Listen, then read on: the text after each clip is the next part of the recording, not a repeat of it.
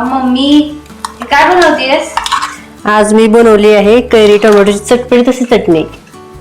इथे आपण 2 टोमॅटो आणि कैरी घेतलेली आहे, जास्त आंबट घ्यायची नाही, तुम्ही तोतापुरी घेतली तरी चालेल। तर आता आपण टोमॅटो कट करून घेऊया।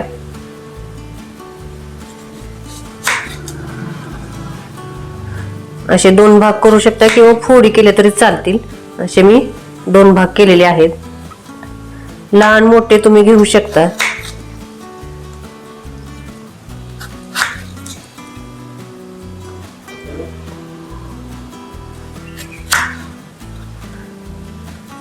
कैरी पण आपण कट करून घेऊया।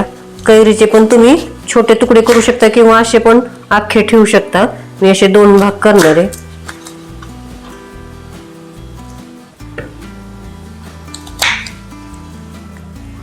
तर मी टोमॅटो आणि कैरी कट करून घेतलेली आहे। तर आता आपण पुढची कृती करूया।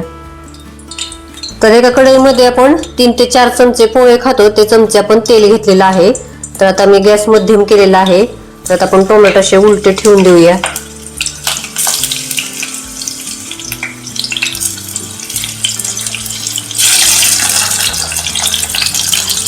उकडून घ्यायचे, मऊ झाले पाहिजे, साल निघली पाहिजे आपल्याला, कैरीची पण आणि टोमॅटोची पण साल निघली पाहिजे। तुम्ही पॅन वापरू शकता, कढई वापरू शकता किंवा तवा पण वापरू शकता याच्यासाठी। तर आता आपण सगळं ठेवलेलं आहे कढईमध्ये। तर याच्यात आपण 2 हिरवी मिरची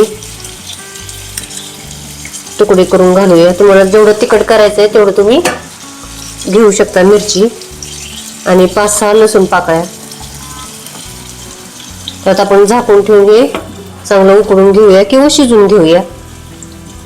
टोमॅटोची साल निघली पाहिजे चांगली।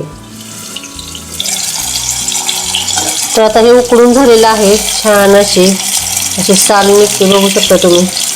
तर आपण काढून थंड करून घेऊया। टोमॅटोची साल काढून घेतलेली आहे, असं आपण गर पण काढून घ्यायचा कैरीचा।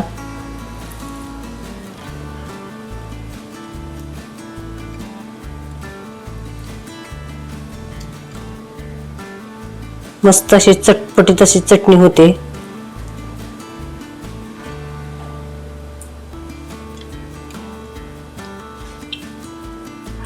तर आता आपण पुढची कृती करूया। तर आता आपण हे सगळं साहित्य मिक्सरच्या भांड्यात घालूया। टोमॅटो, कैरी,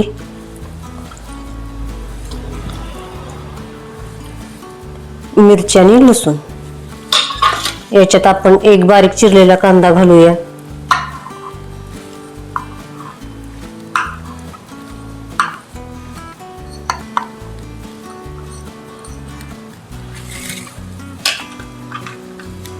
थोडीशी कोथिंबीर, तुम्ही याच्यात पुदिना आलं पण घालू शकता।